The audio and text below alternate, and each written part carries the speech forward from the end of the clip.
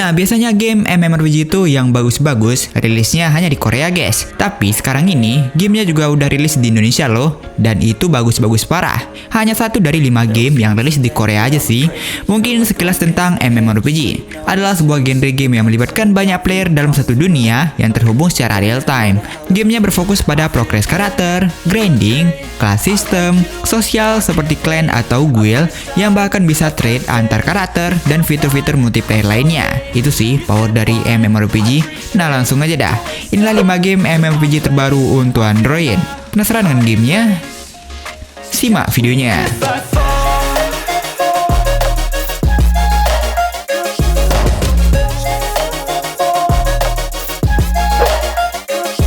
Odin Valhalla Global. Akhirnya ini game rilis juga di Play Store Indonesia. Bahkan, ini rilis secara global di pertengahan Mei kemarin guys. Awalnya ini game rilis di Korea, seriusan itu udah lama banget, kisaran tahun 2021. Dan akhirnya rilis secara global guys. Untuk gamenya ini cross-platform. Dan bagi yang belum tahu, ini merupakan game open world MMORPG yang terinspirasi dari mitologi Nordik.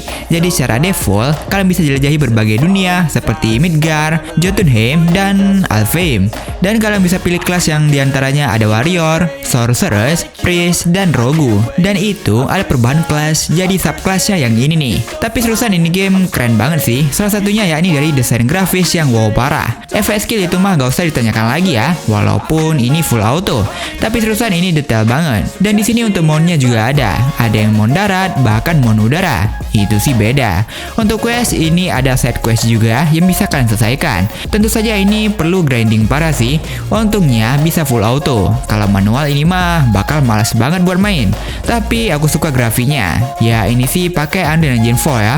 Ini game juga rame banget ya playernya. Terus yang suka game MMORPG dengan grafik santai, grafiknya bagus juga, bisa cobain game ini. Seriusan MMORPG yang enjoy sih. Walau begitu, size ini game nggak enjoy banget sih. Tembus 20 GB-an. Dan worth it sih untuk grafik ginian. There was once a day that I would pray for you. I'd go and misbehave just so you'd notice too. Sneaking looks up and down from across the room. Damn, what a hell of a view. Lineage 2M.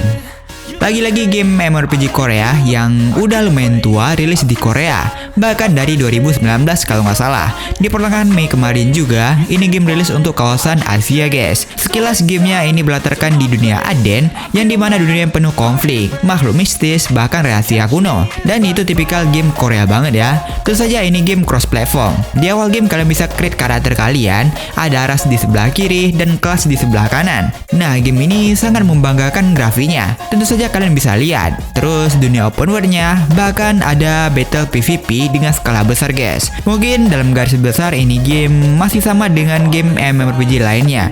Ini game ditujukan kepada kalian yang suka grinding, bahkan PvP battle di MMORPG. Gak hanya itu, kalian juga bisa join clan dalam game ini. BTW pastinya ini full auto ya untuk farmingnya. Mungkin yang buat beda dengan game MMORPG lainnya, kalian bisa dengan bebas transfer job tanpa harus nyentuh level-level tertentu. Untuk fitur ini game banyak ya, dan gak mungkin aku nyebutin satu-satu. Ada sistem trade, ada pet, mount, dan lain sebagainya. Bahkan kalian bisa milih skill mana yang aktif buat auto, bahkan kalian bisa nonaktifkan skill autonya. Tapi untuk grafik bahkan wordnya ini seriusan keren, mengingatkan ini game MMORPG klasik guys.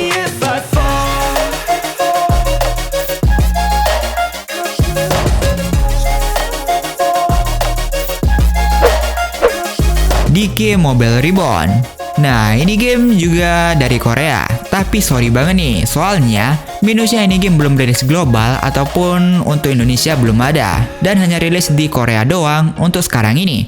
Rilisnya sih 18 April kemarin ya guys ya. Jadi game baru juga. Ini merupakan game MMORPG klasik yang melatarkan dunia yang dilanda perang paksi bersama dengan makhluk kegelapan dan kekuatan kuno. Di awal game kalian pastinya bakal milih satu dari 5 kelas yang dimana ini ya seperti game MMORPG lainnya ya, milih kelas. Di awal game ini mah grafiknya bagus ya, tergolong bagus. Tapi ini kameranya cuma dari atas. Ini game juga full auto tentunya. Kalian bisa full auto kan skillnya, bahkan full auto kan questnya. Dan otomatis ya bakal AFK ya. Kalian bakal auto grinding. Nah uniknya dalam game ini tuh seperti game bebas gitu. Jadi nggak ada sistem lock class atau lock karakter, yang dimana skill dari karakter kalian bisa dari kelas mana aja. Misal kalian pakai kelas archer, tapi kalian punya skill mage, ya aman aja. Nah, dari sini kalian bisa rakit strategi kalian nantinya. Jadi ya nggak perlu ganti job segala, ngefarming item kelas baru, bahkan bikin karakter baru, itu sih nggak perlu di game ini. Jadi menurutku ini sih game MMORPG yang simple dan sih. I'm falling fast, sitting here praying that this night's gonna last. You got it all on tap, I'm loving your vibe, always have your back.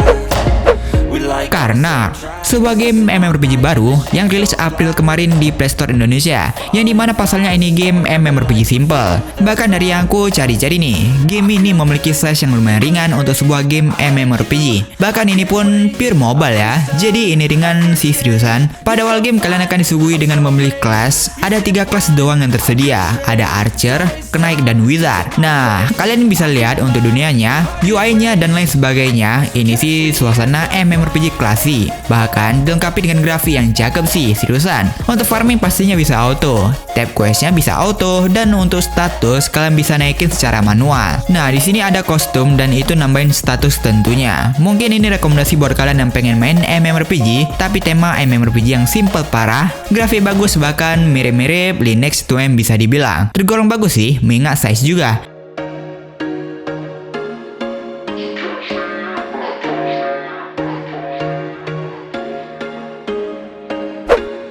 there was one Ragnarok Returns. Game Ragnarok lagi guys.